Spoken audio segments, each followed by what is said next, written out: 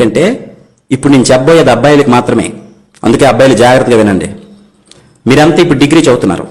చూడండి, ఇక్కడ ఎంత బాగా చదువుకున్నా చివరికి ఏదైనా జాబ్ చేసుకుని సెటిల్ అవ్వకపోయినా అమ్మాయిలకు హౌస్ కీపింగ్ అనే జాబ్ ఉంది. అందుకే వాళ్ళు జాబ్ చేయకపోయినా వాళ్ళని ఎవరేమనరు. మరి అబ్బాయిలు తప్పకుండా ఏదో ఒక పని చేయాలి. అందుకే మీరే జాగ్రత్తగా వినండి. మనం మగాలుగా పుట్టాం. మగాడిగా పుట్టడం ఈజీనే, కానీ మగాడు అనిపించుకోవడం చాలా కష్టం నాయనా. ఒకసారి మగాడి జీవితాన్ని చూద్దామా. 5వ క్లాస్ లోపు అమ్మా నాన్న తప్ప మనకి ఇంకేం తెలియదు.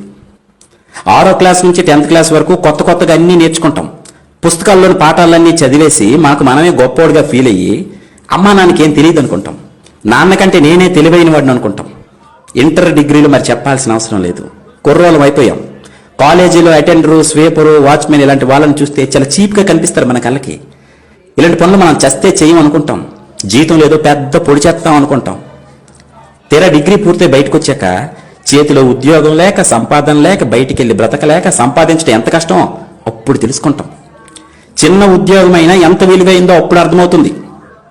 వయసు వచ్చిన కొడుకు ఇంట్లో ఖాళీగా ఉంటే అమ్మా నాన్న నిన్ను అదోలా చూస్తుంటే అప్పుడు మీరు రెడీ అవుతారు. 5,000 జీతమైనా చాలు ఏ పనైనా చేస్తానని. ఆటో డ్రైవర్ గానో, కంపెనీలో హెల్పర్ గానో, సెక్యూరిటీ గార్డు గానో పనిచేస్తున్నప్పుడు అప్పుడు తెలుస్తుంది అటెండర్ ఉద్యోగం కంటే తక్కువ స్థానంలో ఉన్నానని. చూస్తూ ఉండగానే 30 ఏళ్ళు నిండిపోతాయి నీకు. పక్కన పెళ్ళాం, చేతిలో 2 పిల్లలు.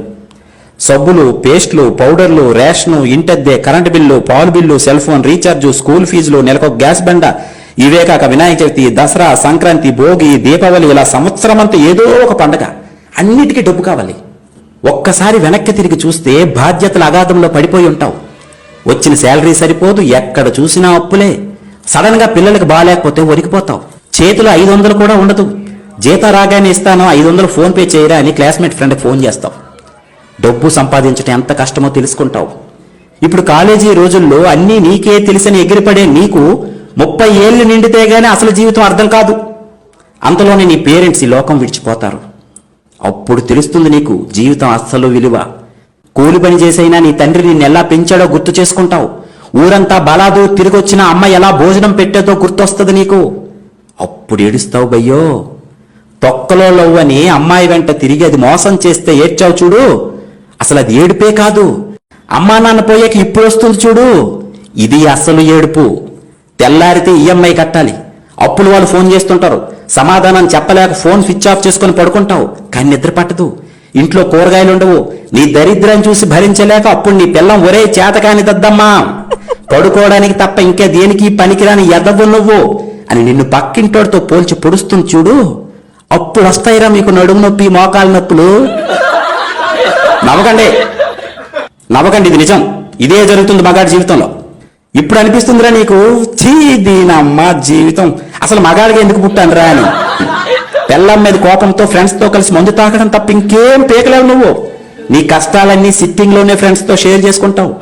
అప్పుడు నిన్ను ఆదుకుంది 10వ 12వ సహాయం చేసేది క్లాస్మేట్సే. అందుకే గ్లాస్మేట్స్ ప్రతి మగాడికి చాలా అవసరమైనప్పుడు ఆదుకుంది వాళ్ళే. మగాడిగా పుట్టిన తర్వాత ఈ కష్టాలన్నీ తప్పవునైనా సంపాదించాల్సింది నువ్వే, పెంచాల్సింది నువ్వే, దొబ్బులు కాయాల్సింది కూడా నువ్వే.